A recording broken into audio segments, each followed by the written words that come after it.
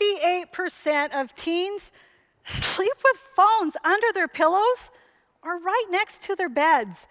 It's the last thing they see before going to sleep and the first thing they see when waking up. That little rectangle has become their whole world.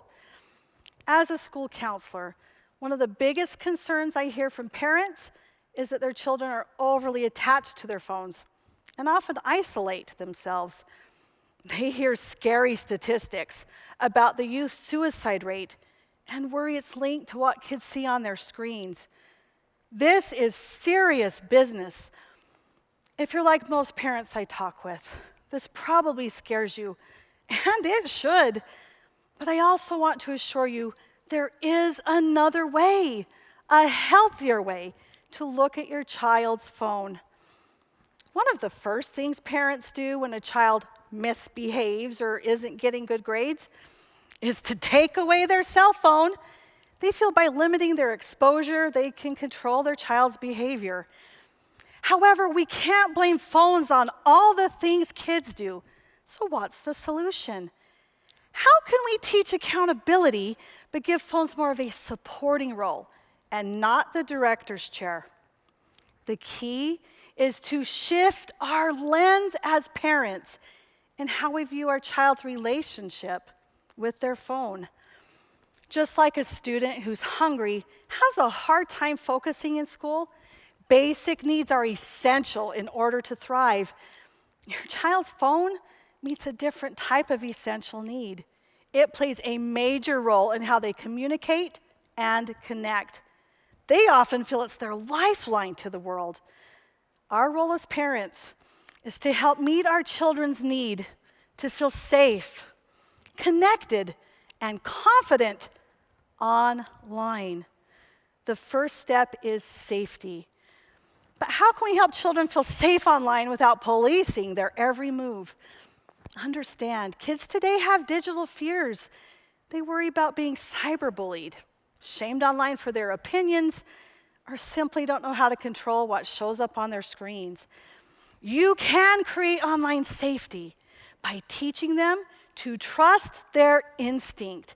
If something or someone online is inappropriate, bullies them, or makes them uncomfortable, teach them to unfollow, block, and if needed, tell a trusted adult. The main goal is to create security with you, so they feel they can talk with the adults in their life and will always be loved, no matter what. This means if your child receives a text from a stranger or an inappropriate advertisement shows up on their screen, they feel safe reaching to you for help. You'd be surprised how many of my students say to me, I could never tell my parents. Do you remember what it was like to want acceptance from your peers? Kids today feel anxious if they can't respond to a text quickly enough. My own daughter said to me, Mom, they'll think I don't like them if I don't respond within a few minutes. Your child may also feel left out, unpopular when viewing perfected images, uninvited parties, or comparing likes and followers. Discuss all of this with them. Parents, please stay involved in their digital world.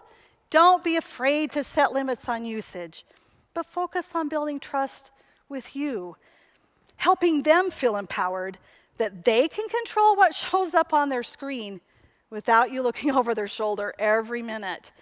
This empowerment is what safety is all about.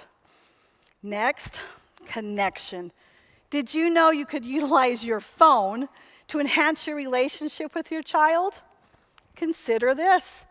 Connection is more than being in the same space as your child. Connection is doing activities your child enjoys doing, so they feel that their parent, teacher, or friend really understands them. Does your child like to play video games? Ask them to teach you their favorite one and then play it with them. Message them via text, sending them familiar acronyms and emojis, but then teach them how you used to write notes, folding them into an envelope shape and passing them at school. Enter their world to learn what makes them tick, but also invite them into your world. This is a fun and worthwhile method to connect with your child. Recently, I had an experience that brought this home for me. A teacher referred a student to me who was having harmful thoughts. When the student entered my office, I realized we had an immediate connection. On her folder, she had a sticker of The Beatles, one of my favorite bands. I explained to her how I enjoyed listening to a certain song and asked if we could listen to it together. On my phone, I played Here Comes the Sun, do-do-do-do. I know, I can't sing, but it worked. Thank you. Yes, it was quite the sight and sound as we both giggled and sang along. Then after creating more trust with this student, I then showed her how and where to find true, life-saving resources on her own phone. She grinned ear to ear as we built this connection through the phones we held. Phones aren't all bad, and they do provide a unique way to connect. Finally, confidence. We help build confidence in children by teaching them to solve their own problems. Express confidence in your child that they can control what shows up on their screen, how much time they spend online, and they have the power to turn it off. Teens today spend an average of 45 hours a week in front of their digital screens. 23% report an addiction to video games. During online schooling, one parent contacted me frustrated. She couldn't get her son to do his schoolwork because he was always playing games on his phone. He felt isolated and bored, and he turned to his phone for comfort.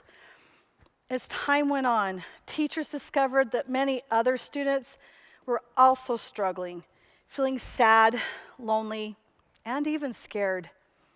During faculty discussions, we decided that despite our best efforts online, our students needed to see us.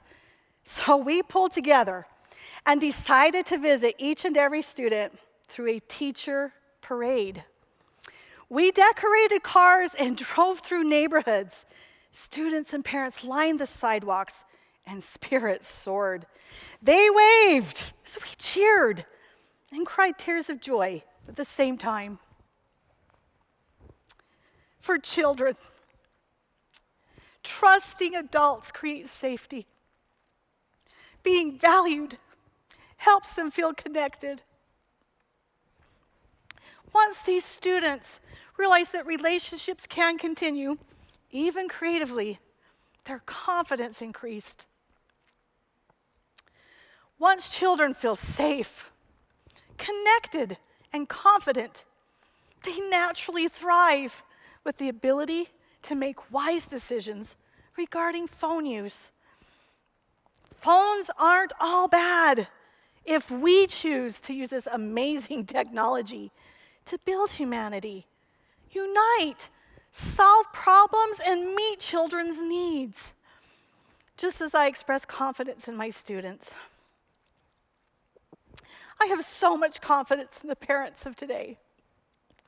I know that if we as parents will follow these steps, the next time your child sleeps, they'll hug their pillow instead of their phone. But they are most likely to hug you. Thank you.